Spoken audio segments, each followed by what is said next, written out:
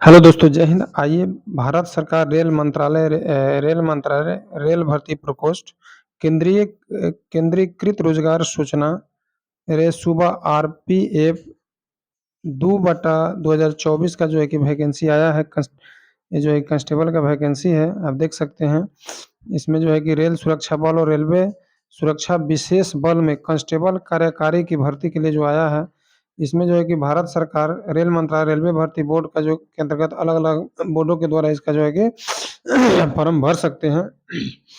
Railway सुरक्षा बल और रेलवे सुरक्षा विशेष बल में कांस्टेबल कार्यकारी की भर्ती है। आवेदन के प्रारंभ की तिथि जो है कि 15/4/2024 है। आवेदन प्रारंभ की तिथि 15/4/2024 है। आवेदन को जमा करने की समाप्ति तिथि है जो कि 14/5/2024 के रात रात लगभग 12 बजे तक है। संशोधन शुल्क के भुगतान के सहित आवेदन पत्र में सुधार के लिए संशोधन विंडो की तिथि कृपया ध्यान दें। खाता बनाए क्रिएट एन अकाउंट फॉर्म में भरे गए विवरण को नहीं किया जा सकता है, दे रहा है। या इसमें जो है खाता अगर क्रिएट एन अकाउंट फॉर्म में भरे गए विवरण को संशोधित नहीं किया जा सकता। बाकी आप संशोधन कर सकते हैं जो 15/5 से लेकर 24/5 तक 15/5 से 24/5 तक आप कर सकते हैं।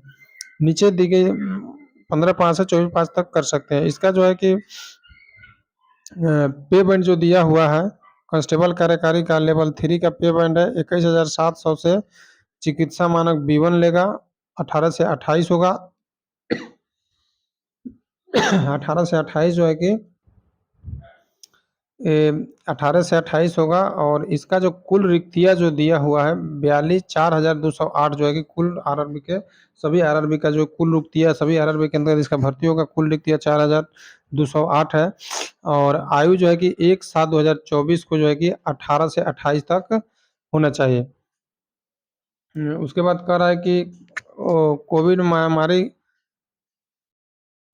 करा कि इसमें कोविड-19 महामारी के कारण एक बार के उपाय के रूप में निर्धारित आयु सीमा से परे 3 वर्ष की छूट शामिल है। इसमें 3 वर्ष का छूट अलग से जो है कि दिया हुआ है। कोविड-19 महामारी के कारण जो है कि इसमें 3 वर्ष का छूट दिया हुआ। आप देख लीजिए सारा विवरण जो है कि दिया हुआ। आयु जो है कि 1/7/2024 को 18 से 28 आयु में छूट विवरण के लिए कृपया पैरा 5.1 देखें। आयु में छूट के लिए पैरा 5.1 देखें। एक बार जो है कि खाता बनाने के बाद खाता बनाए form mobile number email ID में भरे गए विवरण को किसी भी स्तर पर संशोधित नहीं किया जा सकता है। इसमें जो है कि स्पष्ट आपको जो है कि दिया हुआ है। उसके बाद परीक्षा के चरण जो है कि क्या है आप देख लीजिए। ऑनलाइन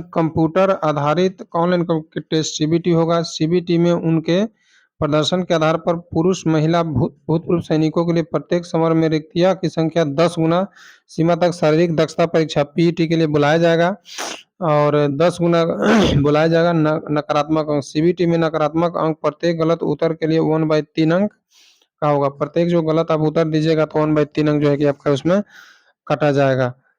उसमें जो है कि प्रतिबंधित वस्तुएं दिया है। कोई भी इलेक्ट्रॉनिक ये सब नहीं ले जा सकते हैं। पर्स हो गया, बेल्ट हो गया, जूता हो गया, धातु की कोई भी बनी वस्तु आप जो है कि पहन के वस्त्र के रूप में पहन के अंदर नहीं जा सकते एग्जाम से। सामान्य निर्देश जो है कि दिया हुआ आप पढ़ सकते हैं।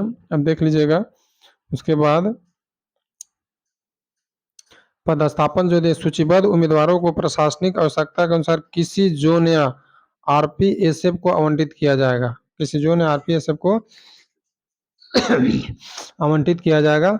निःशुल्क रेल यात्रा सुविधा अनुसूचित जाति और अनुसूचित जनजाति के उम्मीदवारों को अनुरोध पर के लिए स्वीकार निःशुल्क स्लीपर क्लास रेलवे पास चयन के विभिन्न चरणों के लिए यानी सीबीटी, पीटी, पीएमटी, दस्तावेज सत्यापन, मेडिकल परीक्षा जैसे लागू हो उनके विवरण और ऑनलाइन आवेदन प्रस्तुत वैध जाति प्रमाण को उसके ई कॉल पत्र के साथ प्रदान किया जाएगा। जो है कि एससी एसटी को जो है कि निःशुल्क यात्रा जो है कि लिए पास दिया जाएगा। आप उससे जो है कि परीक्षा देने जा सकते हैं। हर चरणों में आप सीबीटी हो, दौड़ हो, मेडिकल हो, सभी में जो है कि आप जा सकते हैं। आप देखिए सबसे अच्छी बात है कि उम्मीदवारों के हेल्पलाइन के लिए सुबह 10 बजे से लेकर शाम 5 बजे तक जो है कि हेल्प डेस्क दिया हुआ है। ये फ़ोन नंबर पर आप जो है कि बात कर सकते हैं।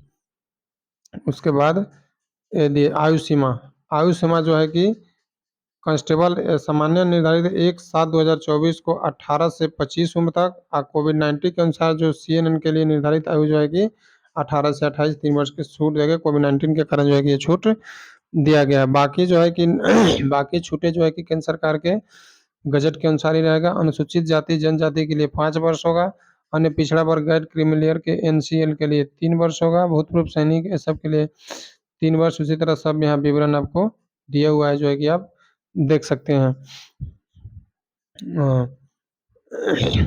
EWS के लिए सबका जो है कि यहाँ विवरण दिया हुआ है। शैक्षणिक योग्यता जो है कि शैक्षणिक योग्यता इसमें सीधा जान लिया कि मैट्रिक पास होता है, यानी कृपया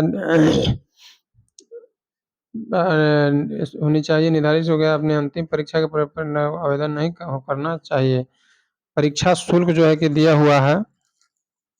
परीक्षा शुल्क जो है कि सभी वर्गों के लिए, सभी वर्ग के लिए 500 है, और अनुसूचित जाति, अनुसूचित जनजाति, भूतपूर्व सैनिक, महिला, अल्पसंख्यक, आर्थिक रूप से पिछड़ा वर्ग, आर्थिक रूप से पिछड़ा वर्ग EBC के उम्मीदवारों के लिए 250 जो है कि यहाँ दिए हुआ है।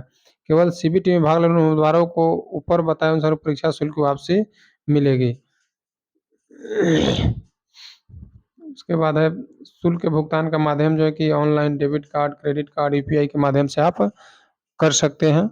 इस प्रकार से आर्थिक रूप से कमजोर के लिए भी 50 वर्ष से कम जिसकी आयु हो उसको भी इसमें छूट दिया गया है। उसके अनुसार सीट अलॉट किया गया है। परीक्षा शुल्क में भी छूट दिया गया है। आप देख सकते हैं जो है कि पूरा विवरण जो है कि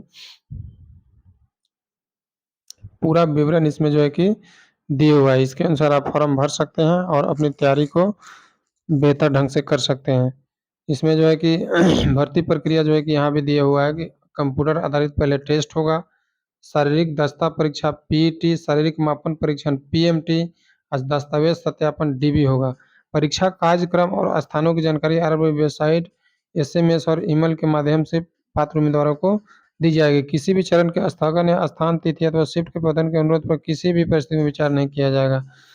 कंप्यूटर आधारित परीक्षा जो होगा उसमें जो है कि कुल 90 मिनट का होगा, 120 प्रश्न होंगे। 90 मिनट का होगा। प्रत्येक सही उत्तर के लिए 1 अंक दिया जाएगा।